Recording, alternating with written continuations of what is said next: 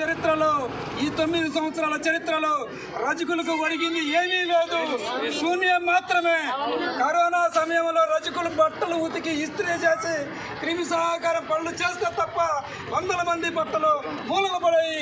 అటువంటి అవకాశాలున్నా మనం పనిచేయాల్సి వచ్చిన పరిస్థితి వస్తే మన పట్టించుకొని ప్రభుత్వం అయింది. రోడ్డు మీద బట్టలు ఉతికి మనం నిరసన తెలిపి తెలంగాణ సాధించుకున్న రోజులు అవకాశాలు ఉన్నాయి. మరి ఇటువంటి టైంలో మనకు ఎటువంటి అవకాశాలు ప్రభుత్వం కల్పించడం లేదు. దళితులకు 10 లక్షల రూపాయలు ఇచ్చి వాళ్ళకే అవకాశం కల్పించారు.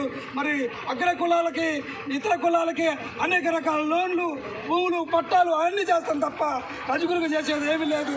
మేము కోరుకునేది ఒక్కటే, రజకులకు ఇనాం భూములు గతంలో ఉన్నవి అవి తిరిగి ఇవ్వాలని కోరుకుంటున్నాం.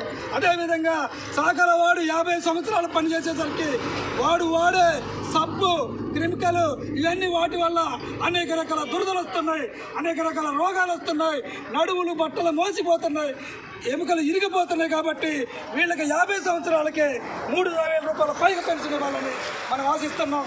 ఈసారి 3,000 రూపాయలు 50 సంవత్సరాలు నిండిన ప్రతి రజకుడికి ఇవ్వాలని కోరుకుంటున్నాం. అదేవిధంగా ప్రతి గ్రామ పంచాయతీలో మేము రజకులుగా ఉండటాని కోసం మాకు ఒక భవనం కేటాయించాలి, 2 ఎకరాల స్థలం కేటాయించాలని డిమాండ్ చేస్తున్నాం. అదేవిధంగా ప్రతి రజకులకు 5 లక్షల ఎక్స్గ్రేస్ ఇవ్వాలని ప్రయత్నిస్తున్నాం. 5 లక్షల ఎక్స్గ్రేస్ ఎందుకంటే ఈ మధ్య కేబినెట్ ఆర్డర్ ఇచ్చారు. ఆ మీటర్ వాడటం వల్ల, కరెంటు ఇస్త్రీ పెట్టడం వాడటం వల్ల అనేక రకాల ప్రమాదాలు జరిగి చనిపోయే పరిస్థితి ఉంది.